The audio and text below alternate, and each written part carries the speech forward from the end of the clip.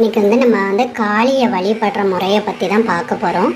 காளின்னா ரொம்ப பிடிக்கும். நான் காளியை தான் கையெடுக்கணும்னு நினைக்கிறேன், நான் காளியை தான் வழிபடணும்னு நினைக்கிறேன், ஆனால் எனக்கு எப்படின்னு தெரியலையே அப்படின்னு சொல்வீங்க. அவங்களுக்கான பதிவு தான் இந்த பதிவை கொடுக்குறேன். இப்போ நீங்கள் காளியை வழிபடணும் அப்படின்னு நினச்சிட்டிங்கன்னா, காளி அப்படிங்கிறது ஒரு தாய், அதாவது சாமின்னு நினைக்காம ஒரு தாயாக நினைக்கணும். அதாவது சாமி அப்படின்னு நினைக்கும்போது நம்மளுக்குள்ள ஒரு இடைவெளி உருவாயிரும். அந்த இடைவெளி இருக்காமல் இருக்கிறது தான் நம்ம தாய் அப்படிங்கிற ஒரு கோணத்தில் அவங்கள பாருங்கள். ஒரு சில நாள் நீங்கள் வணங்கும் போலயே தெரியும், அவங்க குழந்தையாகவும் தெரிவாங்க. நம்ம அவங்கள கொஞ்சம் கூட ஆரம்பிப்போம். அது காளியை வழிபடுறவங்களுக்கு தெரியும். அப்படி இருந்துச்சுன்னா கண்டிப்பாக நீங்கள் கொஞ்சம் பேசுங்க அந்த அம்மா கிட்ட.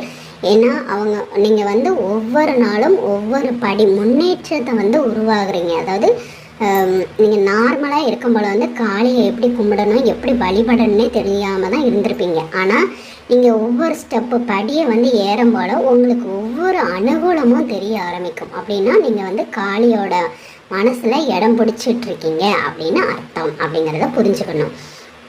அதுக்கடுத்து காளி அப்படிங்கிறது ஒரு மென்மையானவள் தான். அதாவது அரக்கனை அழிக்கிறதுக்கு அப்படிங்கிற இடத்துல வரும்போல தான் என்ன செய்கிறாங்க, அசுரனை அழிக்கணும் அப்படிங்கிற ஒரு அவதாரத்தில் வரும்போது தான் ஒரு ஆக்ரோஷமான காளியை நம்மளால் பார்க்க முடியும். மற்றபடி அவங்க ரொம்ப சாந்த சொர்புணி அப்படின்னே அவங்கள நம்ம சொல்லலாம். காளியை அவ்வளோ சீக்கிரம் நம்மளால் வசியம் பண்ண முடியாது. இருந்தாலும் எனக்கு நான் காளியை தான் கும்பிடணும் அப்படின்னு நினச்சிங்க அப்படின்னா, அன்பால் மட்டும்தான் எதையுமே நம்ம சாதிக்க முடியும் அப்படிங்கிறது இந்த உலகத்தில் உள்ள எல்லாருக்குமே தெரியக்கூடியது. அதனால் அம்மா கிட்ட அமைதியாக உட்காந்து இந்த ஸ்க்ரீனில் கொடுத்துருக்கல இந்த மந்திரத்தை ஓம் ஸ்ரீம் காளி க்ரீம் வசி வசி நமோ நம.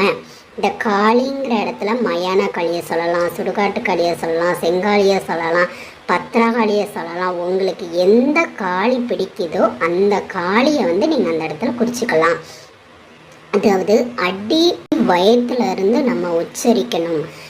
அதாவது இந்த மந்திரத்தை உச்சரிக்கும் போது வேறு எந்த ஒரு சிந்தனைக்கும் போகக்கூடாது. மனதை ஒருமுகம் ஃபஸ்ட்டு படுத்திட்டு அப்புறம் நிதானமாக உட்கார்ந்து சொல்ல வேண்டும். 108 முறையும் சொல்லலாம், அதற்கு மேலே 1008 முறையும் நீங்கள் சொல்லலாம். இத்தனை டைம் தான் சொல்லணும் அப்படின்னு கணக்குங்கே கிடையாது.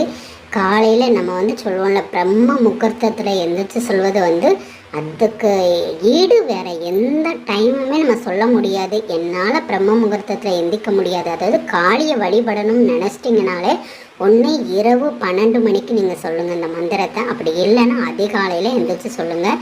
மிகவும் அருமையான மந்திரம். இந்த மந்திரத்தை ஒரு நல்ல தகவலோட மீட் பண்ணுவோம். ஷேர் பண்ணுங்கள், லைக் பண்ணுங்கள், சப்ஸ்கிரைப் பண்ணுங்கள். தேங்க்யூ ஃபார் வாட்சிங்.